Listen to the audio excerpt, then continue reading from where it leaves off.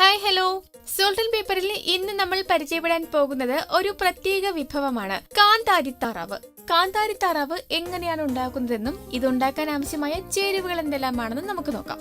ഇതിനു വേണ്ട ചേരുവകൾ: കാന്താരി മുളക് ആവശ്യത്തിന്, ചെറിയ ഉള്ളി 200 ഗ്രാം, സവോള ഒരെണ്ണം, തക്കാളി 2 എണ്ണം, ഇഞ്ചി 1 കഷ്ണം, ഗ്രാമ്പു 2 എണ്ണം, പച്ചമുളക് 3 എണ്ണം, എണ്ണ 3 ടീസ്പൂൺ, തേങ്ങാപ്പാല് ഒരെണ്ണത്തിൻ്റെത്, പുതിനയില ആവശ്യത്തിന്, മല്ലിയില ആവശ്യത്തിന്, കറിവേപ്പില ആവശ്യത്തിന്, സ്പ്രിംഗ് ഓണിയൻ കുറച്ച്, രംഭയില ആവശ്യത്തിന്, കറുവപ്പട്ട, ജാതിപത്രി കുറച്ച്, ഉപ്പ് ആവശ്യത്തിന്. നമുക്കിത് ഇനി എങ്ങനെയാണ് തയ്യാറാക്കുന്നതെന്ന് നോക്കാം. നമുക്ക് ആദ്യം ഒരു മൺചട്ടി സ്റ്റൗവിൽ വെച്ച് അതിലേക്ക് ഓയിൽ ഒരു 3 സ്പൂൺ ഒഴിച്ച് ചൂടാക്കാം. ഇനി ഇതിലേക്ക് 5 അല്ലി വെളുത്തുള്ളി ചതച്ചതും ഇഞ്ചി 1 കഷ്ണം അരിഞ്ഞതും ചേർത്ത് മൂപ്പിക്കാം. അതിനുശേഷം നമുക്ക് കറുവാപ്പട്ട കുറച്ച്, ജാതിപത്രി ഇവ ചേർത്ത് വഴട്ടാം. ഇതിലേക്ക് ചെറിയ ഉള്ളി 200 ഗ്രാം മുഴുവനോടെ ചേർത്ത് ഇളക്കണം.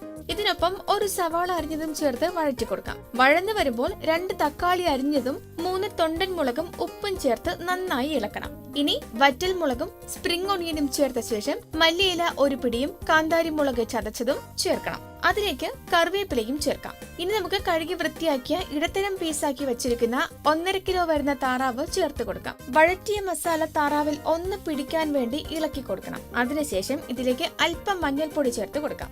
അതിനുശേഷം കുരുമുളക്, പച്ചമുളക്, കാന്താരി, പെരുംജീരകം, വെളുത്തുള്ളി, ഗ്രാമ്പൂ, ജാതിപത്രി ഇവ അരച്ചു വെക്കണം. ഈ കൂട്ട് ചേർത്ത് കൊടുക്കാം. ഇനി നന്നായി ഇളക്കി യോജിപ്പിച്ച ശേഷം രംഭയില കുറച്ച്, 1 നുള്ളു മഞ്ഞൾപ്പൊടി ഇവയും കൂടി ചേർത്ത് വേവിക്കണം.